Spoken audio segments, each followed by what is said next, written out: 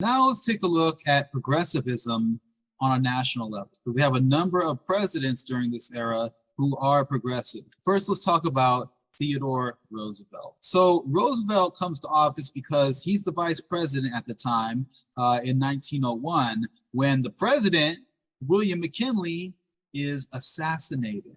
Okay, yes, McKinley is assassinated. He's shot in the stomach by an anarchist, right, who had lost his job, and he got into anarchism, which was another popular philosophy at the time. We talked about socialism, anarchism, which didn't believe in government institutions, believed that the people should have the power, that the government is oppressive, and so you have an anarchist who assassinates McKinley, and then Theodore Roosevelt steps in, becomes the president.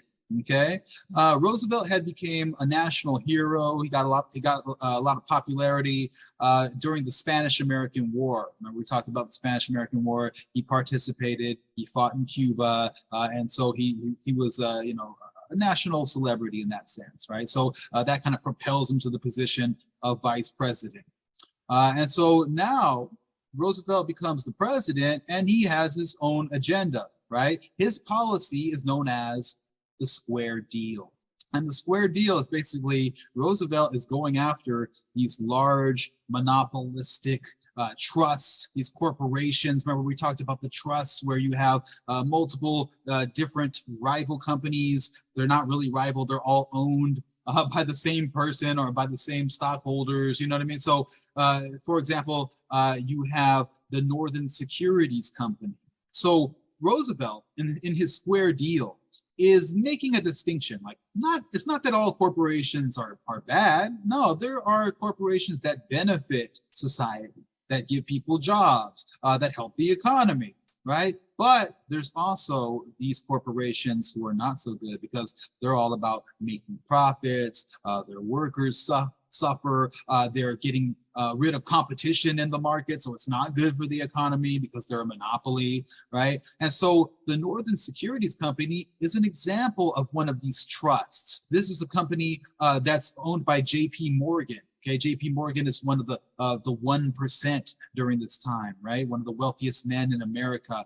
And so J.P. Morgan, this company, the Northern Securities Company, is basically owns stock in a number of different railroad companies in the West. And it's kind of like a large monopoly where you have like different railroad companies, but the stockholders are all coming from the same place, you see, from this holding company, the Northern Securities Company. So it's a monopoly in a sense. They're not rival railroad companies. They're owned by the same person in a sense, you see? And so you're going to have, under Roosevelt's support, you're going to have an antitrust movement going after this company, trying to break it up. And ultimately, it is going to be found in court that the Northern Securities Company is going to have to dissolve, right? Because it's a monopoly, right? They're not rival companies. It's the same company. Right? And railroads, had a reputation for being pretty corrupt at the time. Another progressive act by Roosevelt is going to be the support of the Hepburn Act, which Congress is going to pass in 1906. Okay, and the Hepburn Act is definitely a progressive policy. This is an example of big government intervening in the economy, in society, to try to bring about equality, right? So the Hepburn Act, what it does is it gives the Interstate Commerce Commission, the ICC, which we've talked about before, it gives this agency the power to investigate the railroads. Again, attacking corruption in the railroad company. So the ICC can investigate the railroad companies, and the ICC now has the power under the Hepburn Act to force railroad companies to have reasonable rates for transporting people's goods. Another form of progressivism, another act is the Pure Food and Drug Act, where you have the government stepping in and examining the quality of food that's being given to the consumers, right?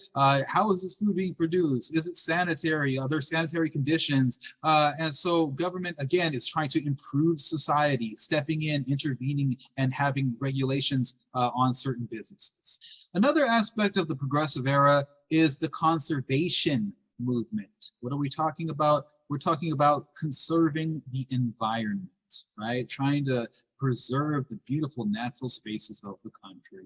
right? And so you have individuals like John Muir, who puts together the Sierra Club.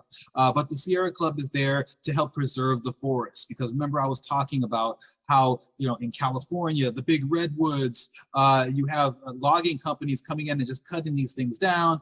John Muir steps in and he wants to create an organization to try to work against these corporations to protect the forests. President Roosevelt, he was also involved in the conservation movement. Okay, so under Roosevelt, you see millions of acres being put into wildlife preserves, right?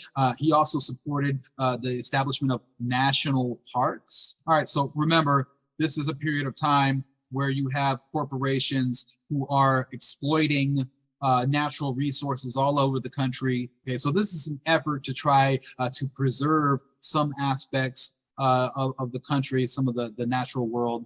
But there is another side to the conservation movement, because some of these places where you have national parks being developed, like Yellowstone, like Yosemite in California, these are places that were not just like untouched wilderness, right? That's the idea, right? That these were untouched places, no humans were there. Let's preserve them in their pristine natural state, right? But that's not the reality, because in these places, Native Americans were utilizing these areas for natural resources and for hunting, okay? That was the case with Yellowstone. Numerous tribes had treaty rights to be able to hunt and fish there at Yellowstone.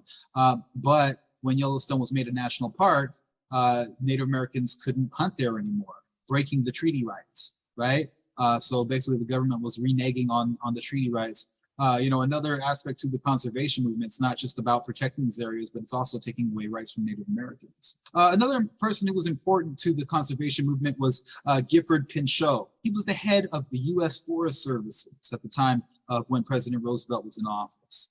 Okay, so Pinchot was totally for conservation, but again, it wasn't just about protecting these pristine areas, because also wanted to use these areas like, the wildlife preserves, the lands that were under the control of the government. He wanted to use these areas also for the corporations, right? He didn't want to completely get rid of the corporations like, the lumber companies, the mining companies. He still wanted to allow them to operate on these federal lands, but he just wanted it to be a little more controlled.